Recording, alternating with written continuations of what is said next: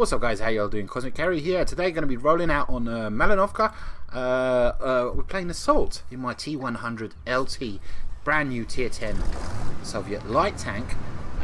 Currently searching for the ace mastery in this tank, and I'm not the most fantastic light player, but I do know a decent good situation when I come across one, and I know fully well how to take advantage of that situation.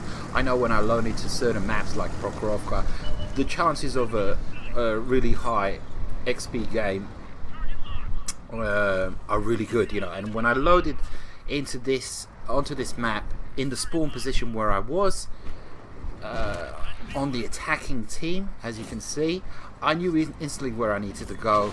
I knew the bush that I needed to post up in and just sit in throughout the entire game. I say 90% of the game I was in this bush. It was just barely in front of me. It was just 100 odd meters in front of me, and you're basically in for some very boring passive scouting gameplay here. But I knew this was a pretty good chance of getting a ace mastery badge. I'm not going to spoil it, I'll let you guys know. My only kind of problem here were the gentlemen that were posting up behind me. If they got lit up and they received shots, the shots might miss them and hit me instead.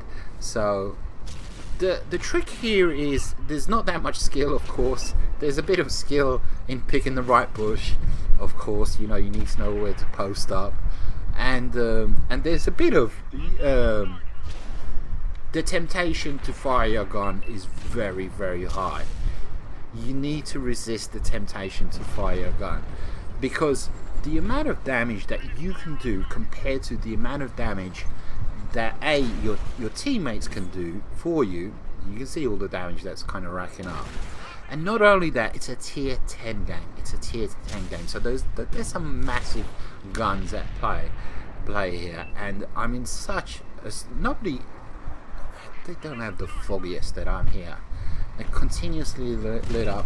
Here's another threat that came into being during the course of this match, and that was that Sheridan. I really wanted that Sheridan to die, you know, because if he got a bit more ballsy, this 1390 is way too far away. I'm not going to take any shots on this 1390. It's not worth it. If I fire my gun, I'm going to expose where I am. Possibly, maybe. This tank does have fantastic camo values. If you look at the numbering for the camo values of this tank, it's 75 compared to the other, like the Sheridan. I think it's like 60. So 75 is pretty high. I'm talking about when you're in garage, the stat that's up on screen. 75 is what I think the E25 has, about 75. This Leopard, I did take a shot at him because it's a Leopard, and I know what a Leopard can do. You can see he's retreating, and a Leopard in the distance yonder, without getting spotted, without getting lit up, with that fantastic high accuracy gun, is a major threat to my team. And time is not on our side, first things first. So we don't need a Leopard in the back sniping, you know, hindering our team from pushing forward. They kind of are pushing forward, but they're not. Now the second scout that's on my team, you can see he's pushed forward severely, and now he's taken away all my spotting damage, all my lovely juicy spotting damage, and I'm considering here when to make my move, because the enemy team, here I go, the enemy team is done. It's done and dusted. It's the mop-up stage, but it's not the mop-up stage. We've got 6 minutes to go. There's quite a few tanks that still need to be taken out, and I'm finally going to get lit up. I'm still being cautious, still going to be careful. 29 spotting damage ribbons, very nice. Scorpion in the back. I'm not going to mess with that tank, absolutely, 100%. And I'm just trying to. I'm fine with being sixth sensed. Keep in mind there was no RD in play. That was a big bonus, you know. That's a big bonus. I'm fine with being sixth sensed, but now with the new targeted system, if I'm targeted, I know I need to move. I know somebody's got their gun locked on me or aimed at me, and that I need to move. I need to hustle. I need to. If I'm not aware of who's targeting me, that spells trouble. 100% that spells trouble. Conqueror manages to get a shot into me. 113 manages to get a shot into me. This tank does have pretty decent armor for a light tank, but like I said, I was drawn to this tank because of the high camo values, especially when I saw it was just as good as an E25. But an E25 at tier 7 is, it's vastly different to this tank at tier 10, where a lot of the tanks have fantastic view range. And this one, you can see I've got the camo, I've got binocs, I've got coated optics, so it's 445 with or without the binocs, easy peasy. That's my maxed out my view range. I do bite the dust here, I think, but it's the closing stages of the game. The E100 I think gets taken. There you go. So all that was left all that was up for grabs were the hit points on the 113, and that was it. And I looked at my damage ribbons and I said, this has got to be an ace mastery. This has to be an ace mastery. How can he not be an ace mastery? And I was wondering, possibly maybe 10k, 10k, 10k. And ladies and gentlemen, boys and girls, I come in Whisker, just so close, so close to 10k, and no ace frigging mastery, no ace. Oh my god, the level the requirements for the ace mastery on this badge must be astronomical. I've left it too late. I should have been a wallet warrior and purchased this tank on day one and got the ace mastery in the first hour, when everybody was still asleep. And what can you do? But anyhow, for those of you out there that are saying, well, what's your big fucking deal, mate? You're in a bush all day. I've got some fantastic gameplay coming up of me in my Edelweiss on Prokhorovka. Okay, so hey ho, let's go. Edelweiss, tier 8, Japanese manga tank, premium. I believe this is the fastest premium medium tank at tier 8 that you can get. This thing moves, it hustles. The only drawbacks of the tank, it also has pretty decent armor. It's quite a decent bouncing machine. The only drawbacks of the tank is that the gun isn't that fantastic. It's pretty decent. It works. A lot of flat, like side armor. Kind of, you pen it kind of very, very easily. And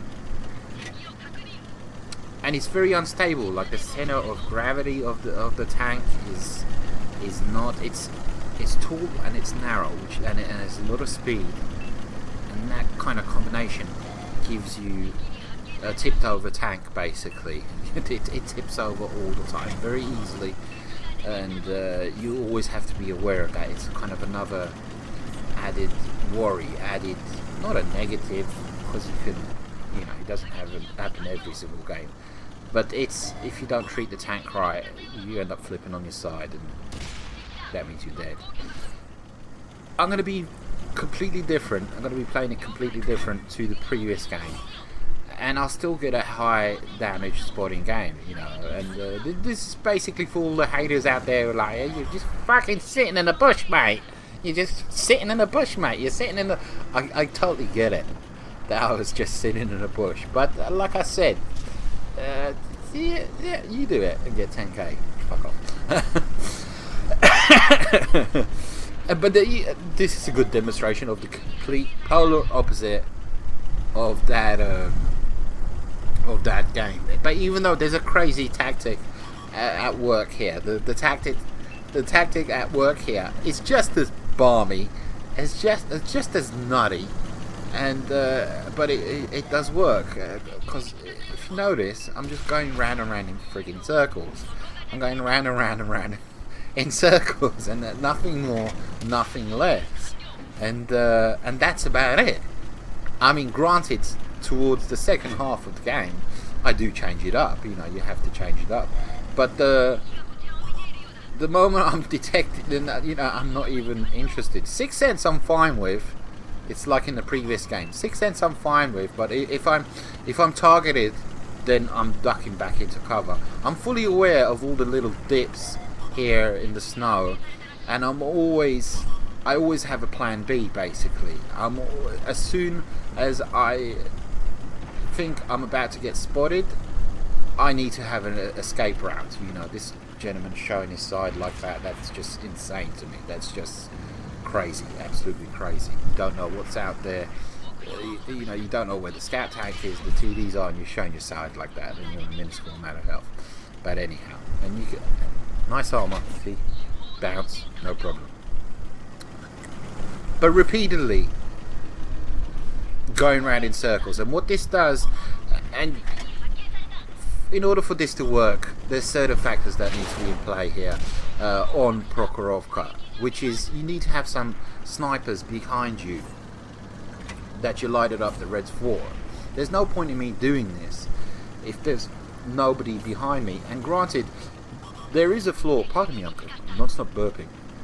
There is a flaw in my, not in my plan, but in the team's plan, and that is we've only sent one medium up to the hill, and that's kind of stupid. There's way too many here on the left-hand side, but you know, it works for me. The KV5, forget it. I'm not gonna pen him. Even with premium, I mean, yeah, it is what it is. But so there is a weakness in our team strategy, if you can call it that, you know, because it is a team that I'm playing for, but you know, we're not, a lot of players aren't aware that you're part of a team. Well, I'm fully aware that I'm part of a team. I'm taking advantage of the fact that on this side, on the left hand side, is the majority of my team. I said 50% of my players, and I'm doing what a scout should be doing, basically, not putting down our scouts or anything like that, even though I can see the scouts there on the bottom of the map. But I know if I keep these guys lit up, that eventually, just little by little, and keep in mind there's no audio in play, that's another big bonus, just like in the previous map. Because would I be doing this if audio was in play? I don't know. But if I keep these guys lit up, just my team is just going to pick away at them little by little by little, you know, until eventually they're just going to give up, you know. They're just 100% bounce. They're just going to give up, and that'll be that. 18 damage ribbons, 19. That doesn't say a lot, you know, because we're at tier 8, we are top tier, and that could be 100, 200 per damage ribbon. It could be 400.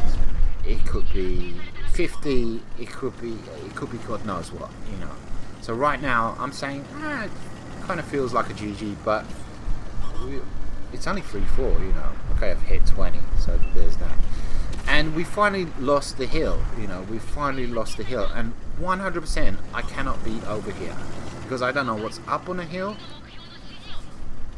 and therefore if I get lit up and I'm anywhere in the center of the map, I'm gonna receive shots from up on the hill. And right now, 100% the Reds have got this. I'm guessing I'm still not gonna get it. Look at that.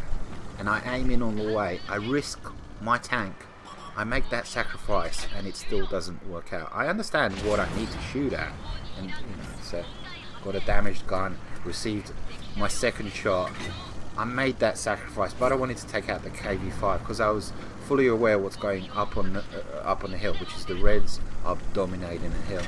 And like I mentioned before, the Reds have got this game in the bag. They just don't realize it, they don't see it, they don't know it, they don't understand it, they don't get it. They've got this game in the bag. And this is why I decided I need to be a bit more aggressive, and I moved up to the bowl here in order to get more aggressive spots on the Reds, because I was assuming another shot into me that they were pushing down from the hill, and if they were pushing down from the hill and making a move towards the bridge next to our base, you know, they would have been lighting us up from the rear. We would have been exposed from the front, from the rear, from the sides, and they would have had this game in the bag. But I realised that, I think my team kind of realised that, and you can see there's a heavy pushing up down there, but he's been a little bit too aggressive in my personal opinion. It's T29. He's about to face the enemy T29, so I decided I'm not gonna join him. He's just been a tad too aggressive. Trying to get a shot on this M46 Korea, end up getting a bounce. I understand where this T29 is. I'm trying to position myself. Even I know that hitting a T29 on the side of the turret is 50-50. You know, it's 100% 50-50. I have to say I'm very proud that I don't think I've used any premium ammo. I think I've used 1 or 2 shots, but not that many. I am now one shot to pretty much everything and anything. So on 194 hit points. So I definitely need to be playing a little bit more passively, a little bit more strategically, a little bit smartly, because this is a tier 8 game, and you can't take the level of skill for granted. Is your team good? Are they bad? I need to stay alive for my team, do as much as I can for my team. At the same time, I see this T29 and I say I've got to take this chance, and he does get taken out, and I get the spotting damage for that. 25. Now possibly maybe I can dip down here and move towards the A1, A2 square, and that way, but I get lit up. So they figured out that I'm moving down here. So I want to lose the spot. I don't want anybody to get wise about what I'm doing, because I know if I can get down here, there's a lot of bushes, there's a lot of foliage, there's a lot of cover where I can get shots on the reds from the rear without getting lit up. If I just kind of expose my gun just over this ridge line right here, I can get shots on target and not get lit up. And they won't be sneaky shots. They'll know where the shots are coming from, but in the meantime I'll be getting the shots in if I can pen a frigging super Pershing. I don't bother. Like, okay, this guy I can do. He's not aware that I'm here, and I get a bounce. Look, and you see the turret. Instantly they turn. Instantly they know. Instantly they understand what's going on. They're like, oh sugar, there's a guy back there. And now can I? Yeah. Look, I haven't loaded up premium. Very proud of that. But where is the TD? That's the thing. I'm a one shot to so many of these tanks. Where is the TD? I haven't seen the TD, I think, all game. So I'm wondering where he is. This M46 Korea, he's doing the smart thing. He's coming down here, and there's the TD. And, I'm not sure, was he in play? I think he was in play. Was he in play? Yeah, he's moving. He's definitely in play, 100%. So I'd just go for it. Maybe I get lucky. And this M46, he's kind of, he's fighting myself and the heavy and the medium. So, but he does have good gun depression and a pretty decent turret. So he's got his work cut out. And I'm not lit up. Oh, there. Come on. I don't need premium, please. How many shots have I fired at this super Pershing, and only one has penned? Trying to make that gun depression work on this tank. This tank does not have decent gun depression. Don't want to get shots on me. It's a very close game. 11-10. We can win this, but we could lose it just as easily. And again, super Pershing. This I should get. Yeah, there we go. Very nice, very nice. And 255. Yes, very good, very good. Here we go. It should sneak in. Yes, very nice. And let's try for a blind fire. Can we get a? Oh, okay. Fair enough. 46. What do we see over here? T44. I think he was AFK. I think he was AFK. Very strange that I managed to pen that. That angle. Are you kidding me? And finally the M46 gets taken out. All that's left is the T44 and the ISU 152, I believe it is. The accuracy on this tank. Isn't that great as well? And we've managed to pull it off. Prokhorovka. It's so easy to get an ace mastery. It is a piece of piss. It's just the easiest. If you're in your light tank or your medium tank, it's so easy to get a gold mastery, to get your ace mastery if you're looking for it. And but like I said, certain things have to play out. You have to have enough of your team going on the left, going on the right, scouting in the middle. You know, you need to be kind of pushing everything all at the same time. Pick up a lovely bit of silver. Combined, what is that? Almost 7k, almost 5k assisted, gold, ace mastery. So very different game to the first one. And yeah, GG, a very good game. Take it easy, guys. Hope you guys enjoyed. Adios, muchachos.